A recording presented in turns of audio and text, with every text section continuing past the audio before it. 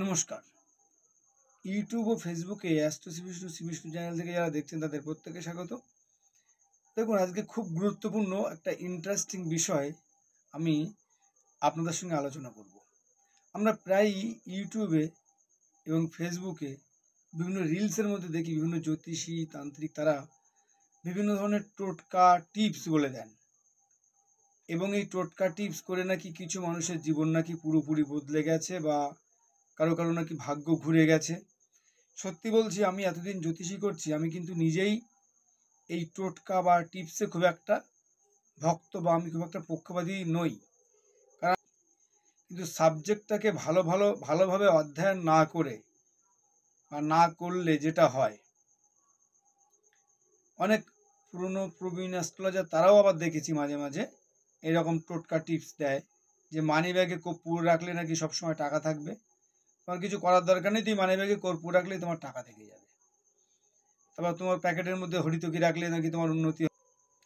যেগুলোর পিছনে কোনো লজিক নেই, যুক্তি নেই। এই টোটকা আর পুজো কিন্তু এক জিনিস নয়। আমরা পুজো করি কিছু পাওয়ার আশায় নয়, যদিও এখন অনেক মানুষ পাওয়ার আশায় পুজো করে। পুজো করে সাধারণত মানুষ চতুর্বর্গ লাভের জন্য, ধর্ম অর্থ কাম আর মোক্ষ।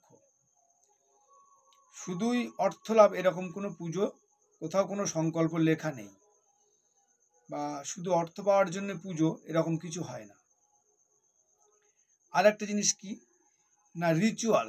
আমরা যখন পুজো পাঠ বা আমাদের ধর্মীয় অনুষ্ঠান করি, এই পুজো পাঠ বা ধর্মীয় অনুষ্ঠানের সঙ্গে আমাদের কিছু কিছু রিচুয়ালস থাকে। বিয়েতে যেমন হয়, অন্নপ্রাশনে যেমন হয়, এগুলো প্রাসঙ্গিক। তার সঙ্গে এই রিচুয়ালসের সঙ্গে কিন্তু টোটকার কোনো সম্পর্ক নেই। পুজো পাঠের সঙ্গে টোটকার কোনো সম্পর্ক নেই। আধ্যাত্মিকতা অর্থাৎ ঈশ্বরের জন্য স্যাক্রিফাইস করা, সেটার মধ্যেও কিন্তু তার সঙ্গেও কিন্তু টোটকার কোনো সম্পর্ক নেই।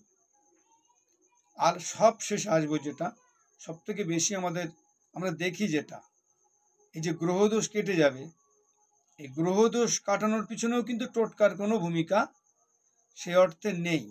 এখন প্রশ্ন হচ্ছে, মানুষ করে কেন? দেখুন, কেউ লেবু লঙ্কা ঝোলায়, কেউ জুতো ঝোলায়।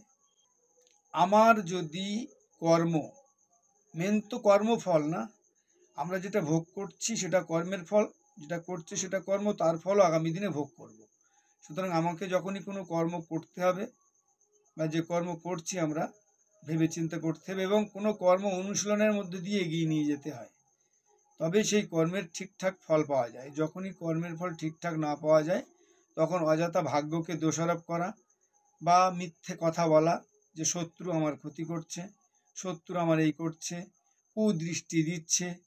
কুদৃষ্টি কেউ দেয় না, আমরা নিজেরাই কুচিন্তা ভাবনা করি বলেই আমাদের মনে হয় যে কেউ কুদৃষ্টি দিচ্ছে। আমাদের মনে হওয়াটাই আসল বিষয়।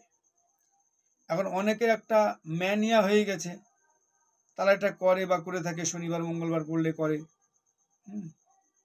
আধ্যাত্মিকতার সঙ্গে কোনোভাবেই এই টোটকা টিপস বা রিচুয়ালের সঙ্গে টিপস বা পুজো পাঠের সঙ্গে টিপস বা গ্রহদোষের সঙ্গে টিপসের কোনো সম্পর্ক নেই।